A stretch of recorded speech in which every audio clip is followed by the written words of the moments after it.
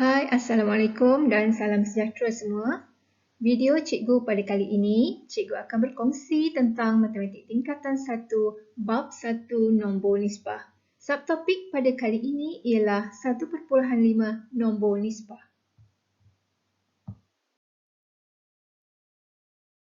Sebelum itu, mari kita lihat standard pembelajaran pada kali ini. Di akhir pembelajaran, murid akan dapat yang pertama, mengenal dan memerihalkan nombor nisbah. Dan yang kedua, membuat pengiraan yang melibatkan gabungan operasi asas aritmetik bagi nombor nisbah mengikut tertib operasi.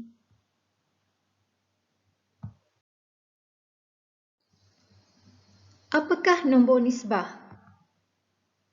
Nombor nisbah ialah nombor yang boleh ditulis dalam bentuk pecahan iaitu P per Q dengan keadaan P dan Q ialah integer di mana nilai Q tidak boleh bersamaan dengan sifar.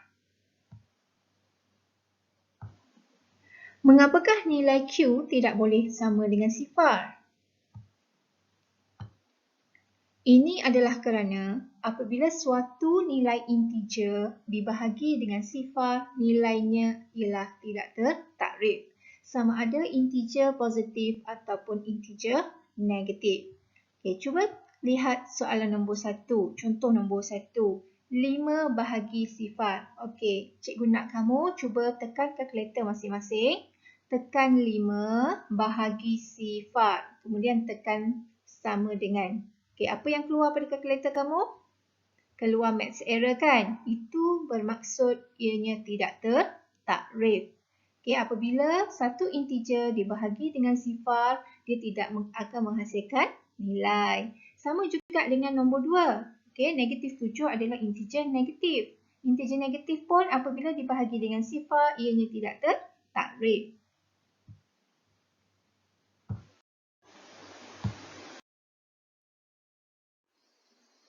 Seterusnya, cikgu akan terangkan apakah nombor-nombor atau kumpulan yang dimaksudkan dengan nombor nisbah. Yang pertama ialah integer. Kamu telah pelajari integer ada integer positif, ada integer negatif dan ada juga sifar. Integer adalah dikategorikan sebagai nombor nisbah. Okay, kita lihat contoh yang pertama. Diberi integer 4. Integer 4 ini ialah integer positif. Okey, macam mana kita nak tentukan positif 4 ini adalah nombor nisbah atau bukan? Okey, seperti yang cikgu dah terangkan di slide cikgu yang sebelum ini, nombor nisbah ialah nombor yang boleh ditulis dalam bentuk pecahan. Jadi, nombor yang diberi, nombor 4 ini, boleh tak kamu tulis dalam bentuk pecahan? Boleh kan? Okey, 4 cikgu tulis dalam bentuk pecahan akan jadi 4/1.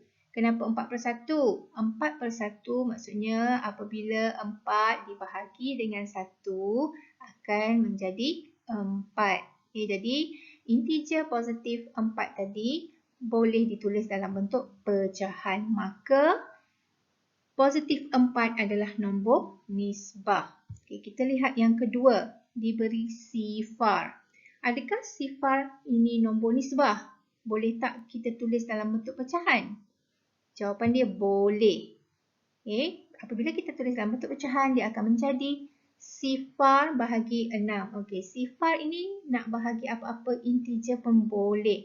Nak bahagi dengan 1 pun boleh. Nak bahagi sifar bahagi 8 pun boleh terpulang. Sebab apa-apa integer yang dibahagi dengan sifar akan dapat sifar. Tak kira sama ada sifar itu dibahagi dengan integer positif maupun integer negatif. Jadi, sifar ini boleh ditulis dalam bentuk pecahan, maka sifar adalah nombor nisbah. Okey, yang ketiga, kita lihat integer negatif. Negatif 8. Adakah integer negatif nombor nisbah? Adakah boleh kita tulis dalam bentuk pecahan? Ya, boleh. Kita boleh tulis dalam bentuk negatif 8/1. negatif 8/1, maksudnya negatif 8 bahagi 1 akan dapat negatif 8. Maka negatif 8 adalah nombor nisbah. Integer negatif adalah nombor nisbah. Okey, kita tengok kumpulan yang kedua, iaitu pecahan. Okey, pecahan juga adalah kategori nombor nisbah. Kita lihat contoh yang pertama. Okey, 2/5. Ini ialah nombor bercampur. Daripada nombor bercampur ni, boleh tak kita tulis dalam bentuk pecahan? Boleh kan? Okey, dan akan jadi pecahan tak wajar. Okey, kita tukar nombor bercampur ini menjadi pecahan tak wajar. Okey, nombor di bawah 5 darab dengan 2. 5 darab 2, 10.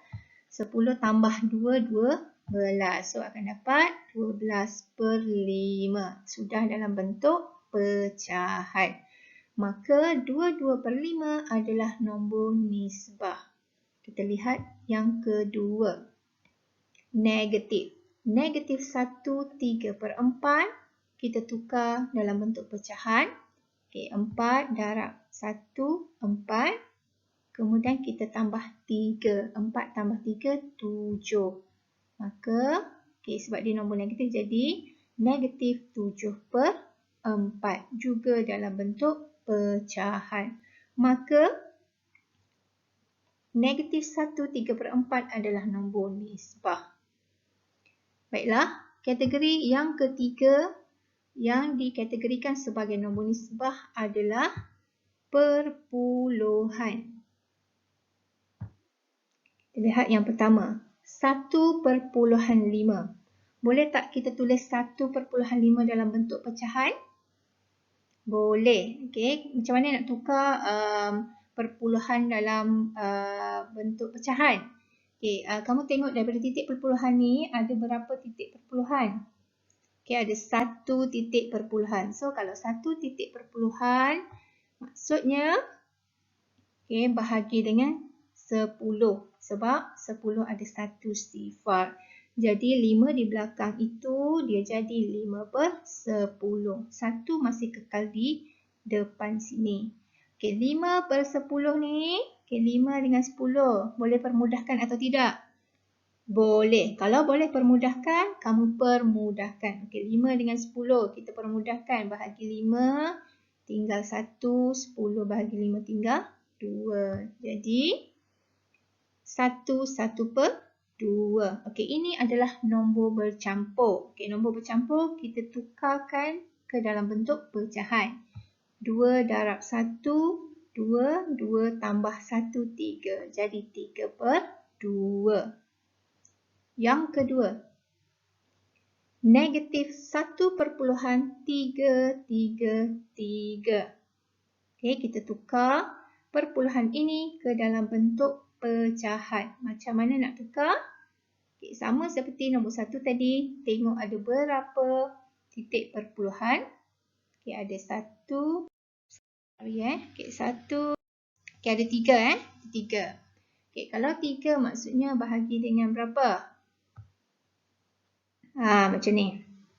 Kalau 3 maksudnya bahagi dengan 3 sifar. Okey, nombor yang ada 3 sifar ialah 1000. Jadi kamu tulis negatif 1333/1000. Okey, sudah dalam bentuk pecahan. Maka negatif 1/333 adalah nombor nisbah.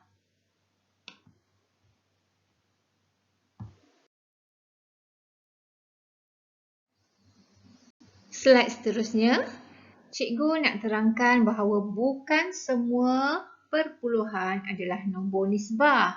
Macam mana kita nak tentukan mana perpuluhan yang nombor nisbah, mana perpuluhan yang bukan nombor nisbah? Lihat contoh ini, 1/9. Okey, cikgu nak kamu tekan kalkulator kamu 1/9. Dapat berapa? Tekan kalkulator dapat. Okey, kamu akan dapat sifar perpuluhan 1, 1, 1, 1 sampai penuh kamu punya screen calculator kan. Okey, kalau kamu nampak nombor dia adalah nombor yang sama daripada awal. Okey, selepas titik perpuluhan tu, nombor 1 hinggalah akhir. Semua nombor 1. Okey, ini kita panggil perpuluhan berulang tak terhingga. Okey, dia berulang nombor yang sama. Okey, tengok contoh yang kedua. 5/6. Okey, tekan kalkulator. 5/6 dapat berapa? Tekan. Okey, dapat. Okey, 0.833333 sampai habis kan? Okey, ini juga kita panggil perpuluhan berulang tidak terhingga. Walaupun selepas titik perpuluhan tu nombor 8 dan belakang dia nombor 3, tapi disebabkan banyak nombor 3 yang berulang, maka dia adalah perpuluhan berulang tidak terhingga. Okey.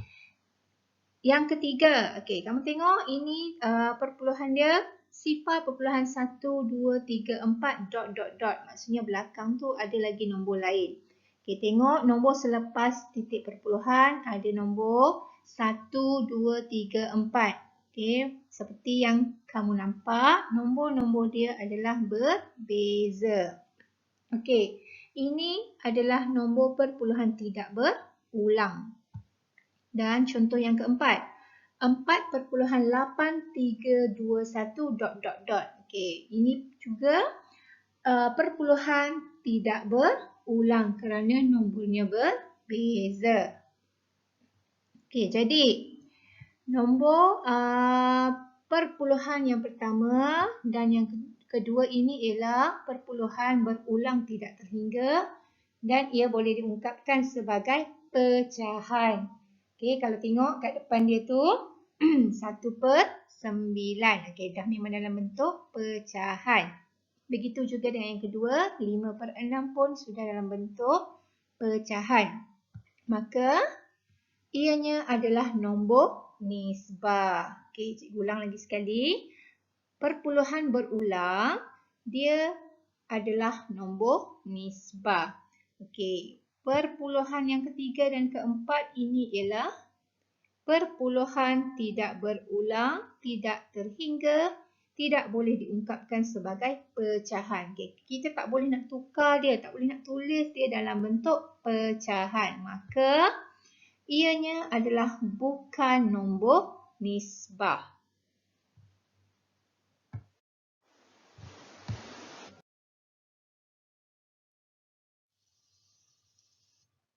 Mari kita lihat contoh. Kenal pasti sama ada yang berikut ialah nombor nisbah atau bukan. Okey, A, negatif 12. Ini ialah integer negatif. Okey, integer negatif. Adakah dia nombor nisbah? Boleh tak kita tulis dalam bentuk pecahan? Boleh. Okey, negatif 12 apabila kita tulis dalam bentuk pecahan, dia akan menjadi negatif 12/1, di mana 12 ialah P dan 1 di bawah ialah Q. Maka negatif 12 ialah nombor nisbah kerana boleh ditulis dalam bentuk pecahan. Kita tengok contoh yang kedua, B. Perpuluhan 0.37. Boleh tak kita tulis dalam bentuk pecahan?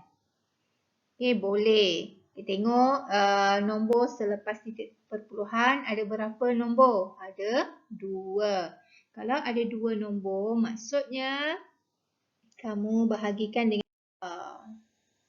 okey, 2 sifar lah. Okey, jadi 37/100. Okey, 2 sifar ialah 100. Okey, jadi sekarang dah dalam bentuk pecahan P per Q. Maka 0.37 ialah nombor nisbah kerana boleh ditulis dalam bentuk pecahan. Contoh yang ketiga, C. Diberi nombor bercampur 3/4/5. Boleh tak kita tulis dalam bentuk pecahan? Kita dah buat kan sebelum ni? Okey, boleh. So, macam mana nak tukar dalam bentuk pecahan? Nombor di bawah 5 darab dengan 3, 15. 15 tambah 4 jadi 19. So, 19/3. 5. Jadilah P per Q. Maka 3/4/5 ialah nombor nisbah kerana boleh ditulis dalam bentuk pecahan.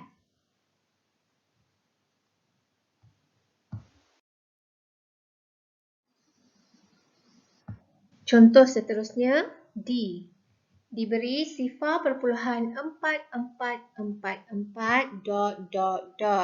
Okey, ini perpuluhan bentuk apa ni? Sebelum ni cikgu dah bagi contoh. Okey, ingat lagi. Okey, ini ialah perpuluhan berulang tak terhingga. Dia berulang nombor yang sama banyak kali iaitu nombor 4 dan tak terhingga lah sebab ada dot. Okey, jadi kalau dia perpuluhan berulang tak terhingga, dia adalah nombor nisbah atau bukan? Dia ialah nombor nisbah. Jadi kamu tulis jawapan. Sifar perpuluhan 4444 ialah nombor nisbah kerana ianya perpuluhan berulang. Okey, mungkin ada yang tanya, cikgu, perlu ke kita tulis dalam bentuk pecahan? Sebab nombor nisbah kan kena tulis dalam bentuk pecahan. Okey, untuk nombor perpuluhan berulang tak terhingga ni, kamu tak perlu nak tulis dalam bentuk pecahan sebab belum level kamu lagi belajar cara nak tukar perpuluhan berulang ni dalam bentuk pecahan. Cukup sekadar kamu tahu apabila kamu nampak nombor itu adalah nombor perpuluhan berulang, maka ia adalah nombor nisbah. Okey. Okey, contoh yang kelima. E, 8/0. Adakah ini nombor nisbah atau bukan? Ya atau bukan? Okey, kamu tengok sifar. Sifar dia berada di mana? Di atas atau di bawah? Sifar dia berada di bawah. Okey, kalau di bawah, adakah dia nombor nisbah? Bukan, sebab di awal lagi cikgu dah terangkan. Okey, nilai di bawah tidak boleh bersamaan dengan sifar. Nilai Q tidak boleh bersamaan dengan sifar. Tetapi soalan ini Q dia adalah sama dengan sifar. Jadi dia bukan nombor nisbah. Jadi kamu tulis 8/0 ialah bukan nombor nisbah kerana nilai Q bersamaan dengan sifar. Contoh seterusnya F. 4/3 bahagi 5/7. Okey, ini perpuluhan ditulis dalam bentuk pecahan. Okey, jadi boleh tak kita tulis dia dalam bentuk pecahan? Boleh tak perpuluhan di atas dan perpuluhan di bawah tu kita tukar dalam nombor bulat? Okey, boleh. Okey, 4/3. Ada berapa 4 ada 1. Jadi kamu darab dengan 10. Okey, darab dengan yang ada satu sifar lah. Okey, jadi darab 10. Bawah pun sama. Okey, ada satu titik perpuluhan, jadi darab dengan 10 juga. Sama, atas bawah darab sama. Okey, 4/3 darab 10 dapat 43. 5/7 darab 10 dapat 57. Maka terhasillah pecahan 43/57 dan dianya dalam bentuk pecahan P per Q. Maka 4/3/5/7 ialah nombor nisbah kerana boleh ditulis dalam bentuk pecahan.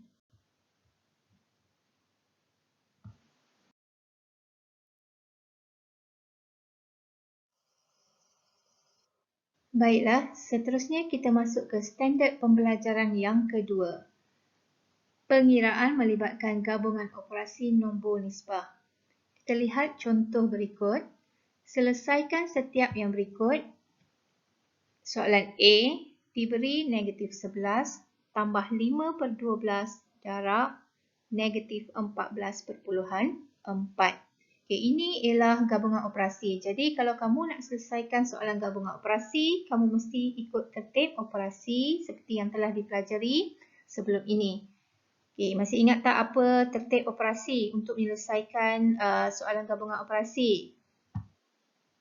Okey, tertib operasi mestilah dimulakan dengan kurungan sekiranya ada kurungan.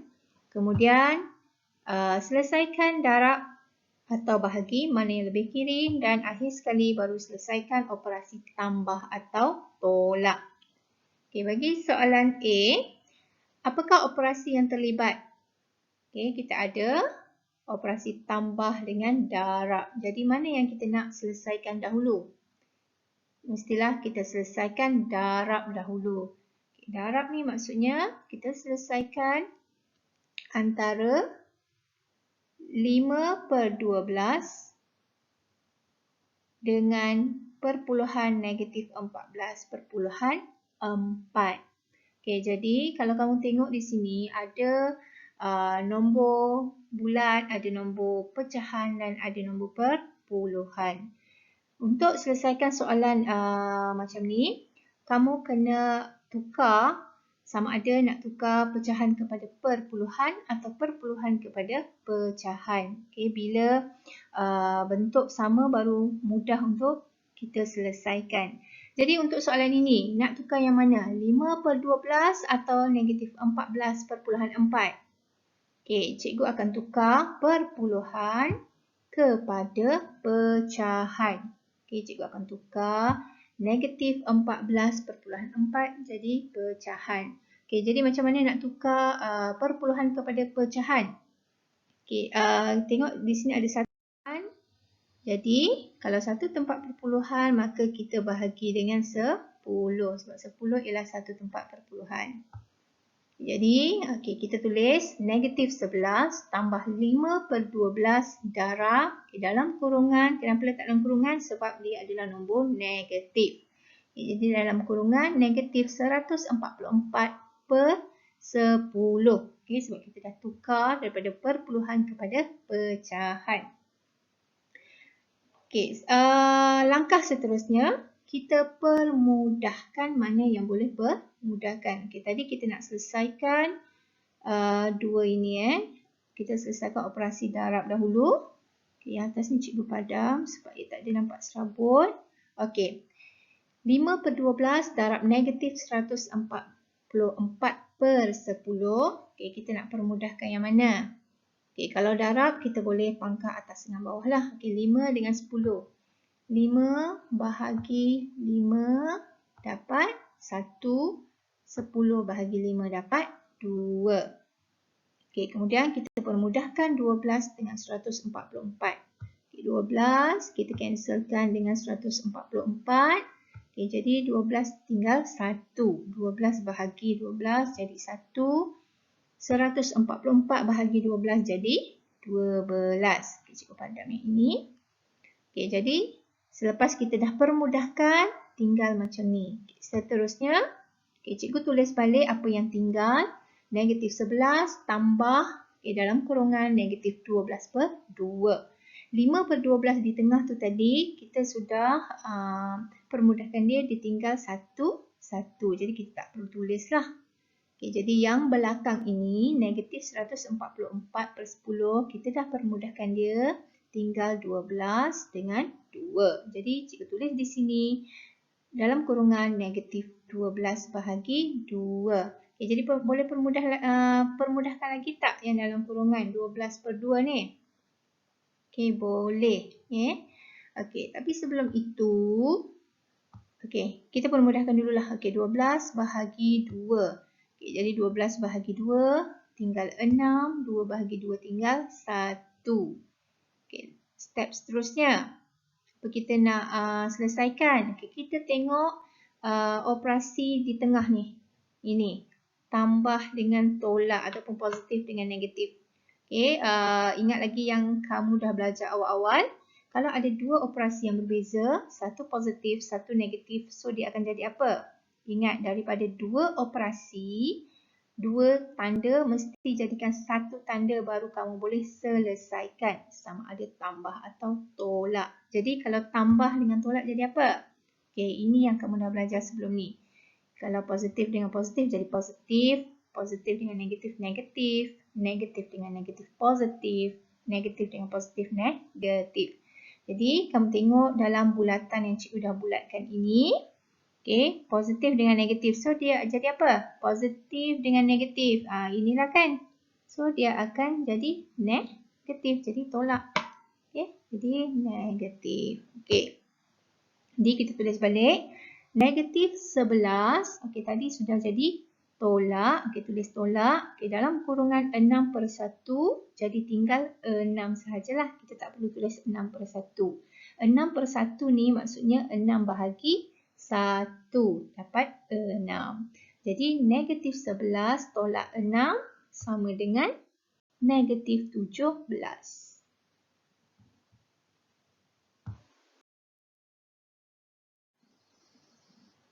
Kita lihat contoh yang kedua.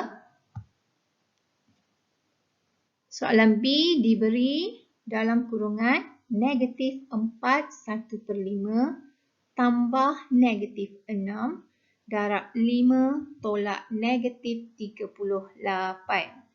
Jadi, operasi mana yang kita nak selesaikan dahulu?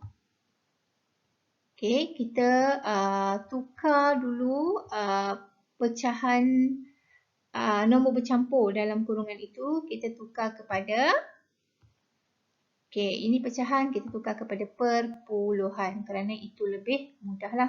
Okey, jadi negatif 4 1/5 apabila ditukarkan kepada perpuluhan menjadi negatif 4/2. Okey, 1/5 tu, okey, 1/5 maksudnya 1/5 lah. Kalau 1/5 akan dapat 0.2.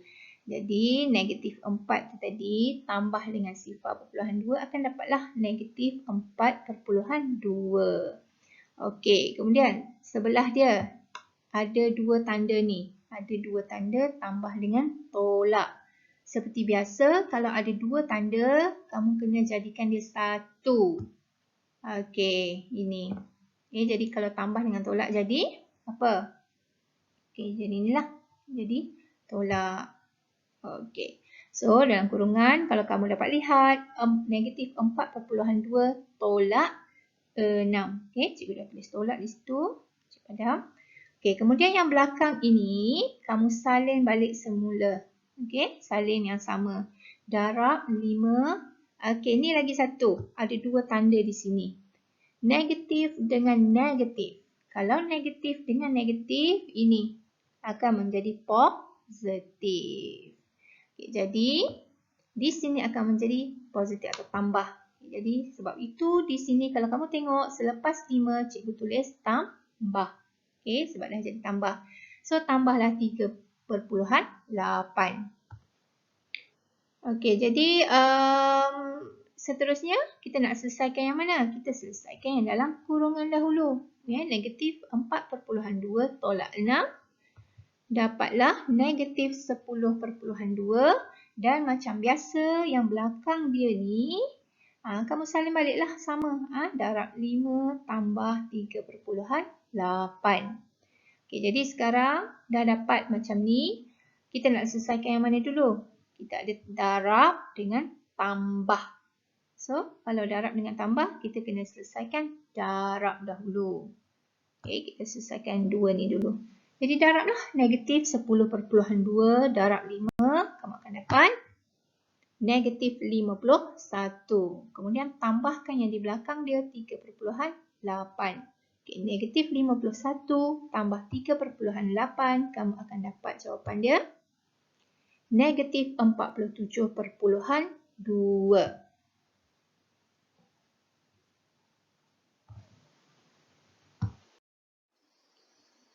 Setakat ini sahaja video cikgu pada kali ini. Cikgu harap kamu dapat faham tentang subtopik 1.5 nombor nisbah bahagian 1. Kita berjumpa di bahagian 2 pada video cikgu yang akan datang. Terima kasih bagi yang menonton. Bye.